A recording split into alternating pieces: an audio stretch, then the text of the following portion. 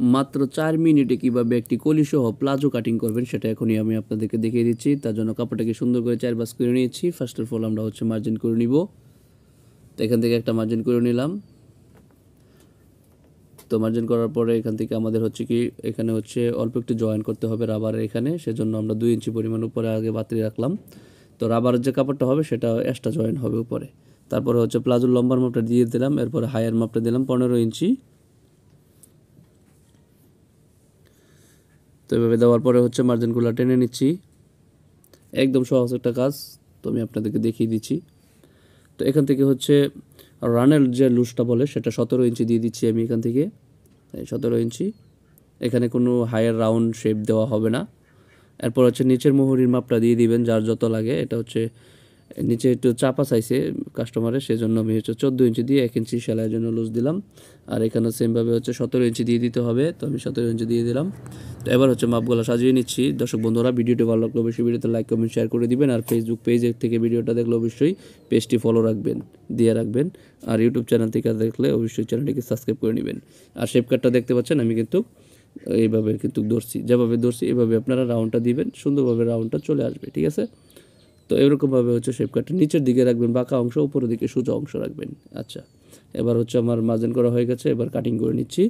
এরপর হচ্ছে আমি কলি কীভাবে কাটিং করতে হয় আর উপরে যে রাবারের জন্য 2 ইঞ্চি জয়েন দেবো সেটাও আমি কেটে আপনাদেরকে লাইভের মাধ্যমে দেখাচ্ছি। তো এখানে সোজা করে কেটে নিয়েছি, এখানে কোনো বাঁকা তারা করি নাই কিন্তু। ঠিক আছে? এটাই হচ্ছে ভাববার বিষয় বা বুঝবার বিষয়, একটু খেয়াল করবেন ভালোভাবে। তো আমি এখানে সোজা বরাবর কেটে নিয়েছি। তো এবার আমরা কি করব, কলিটা কাটিং করে আপনাদের দেখাবো। আর এখানে কলিটা কীভাবে ফিটিং থাকবে, কীভাবে মাপটা নেবেন সেটাও A to Z দেখিয়ে দিচ্ছি মাত্র 4 মিনিটে। ঠিক আছে? 4টা মিনিট একটু সময়টা নষ্ট করেন, আশা করি ভালো কিছু শিখতে পারবেন। তো কাপড়টা কীভাবে রাখার পরে আমি এখানে রাখতেছি। তো এখান থেকে হচ্ছে আগে আমাদের এখানে হচ্ছে যে জয়েনের যে কাপড়টা আছে যেটা দেওয়া হচ্ছে আমি রাবার তৈরি করব, মানে রাবারের কাপড়টুকু জয়েন দিতে হবে, তা না হলে এই যে পায়জামার যে লম্বাটা আছে সেটার হচ্ছে লম্বার মাপটা আসতেছে না, সেই জন্য হচ্ছে উপরে আমরা জয়েন করে নিব। তো আপনাদের যদি এরকম হয় যে লম্বার মাপ আসে না, তাহলে এই সিস্টেমে হচ্ছে উপরে আপনারা রাবারের জন্য যে ভাঙা থাকে সেটুকু জয়েন করে নিতে পারেন। তো আমি এটাকে কেটে নিলাম 2 ইঞ্চি চওড়া করে। তো এরপর হচ্ছে আমরা এখন কলিটা আপনাদেরকে কাটিং করে দেখাচ্ছি। কলিটা কাটিং করার জন্য এই কাপড়টাকে এভাবে ভাঁজ দিতে হবে। দেখতে পাচ্ছেন এখানে 2টা পার্ট আছে কিন্তু। ঠিক আছে? 2টা পার্ট একসাথে করে ডাবল ভাঁজ দিয়ে দিচ্ছি।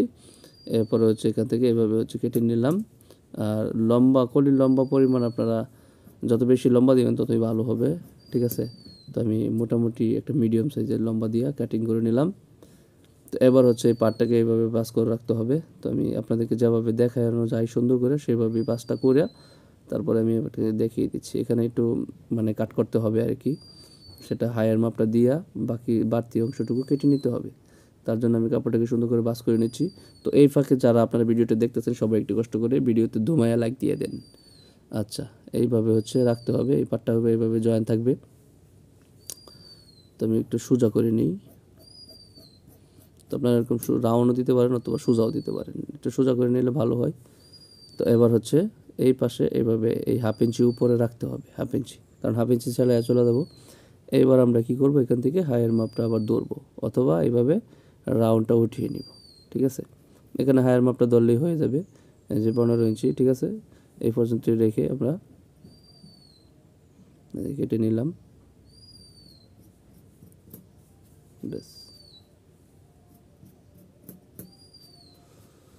তো এরকমভাবে রাউন্ড করে হচ্ছে কলিটা কাটিং করে নিতে হবে। তো সম্মানিত দর্শক বন্ধুরা, আমি মাত্র 4 মিনিটে দেখিয়ে দিলাম আপনাদেরকে কীভাবে একটি কলি দিয়ে হচ্ছে প্লাজো কাটিং করতে হয়, প্লাজো পায়জামা কাটিং করতে হয়। দর্শক বন্ধুরা, ভিডিওটি ভালো লাগলে অবশ্যই ভিডিওতে লাইক কমেন্ট শেয়ার করে দিবেন। আর এরকম ভিডিও দেখতে চাইলে অবশ্যই ইউটিউব চ্যানেল সাবস্ক্রাইব করতে হবে আর ফেসবুক পেজটি ফলো দিয়ে রাখতে হবে। তো আজকের মতো এখানে বিদায় নিব, দেখা হচ্ছে নেক্সট ভিডিওতে। সবাই ভালো থাকুন, সুস্থ থাকুন। আসসালামু আলাইকুম রহমতুল্লাহ।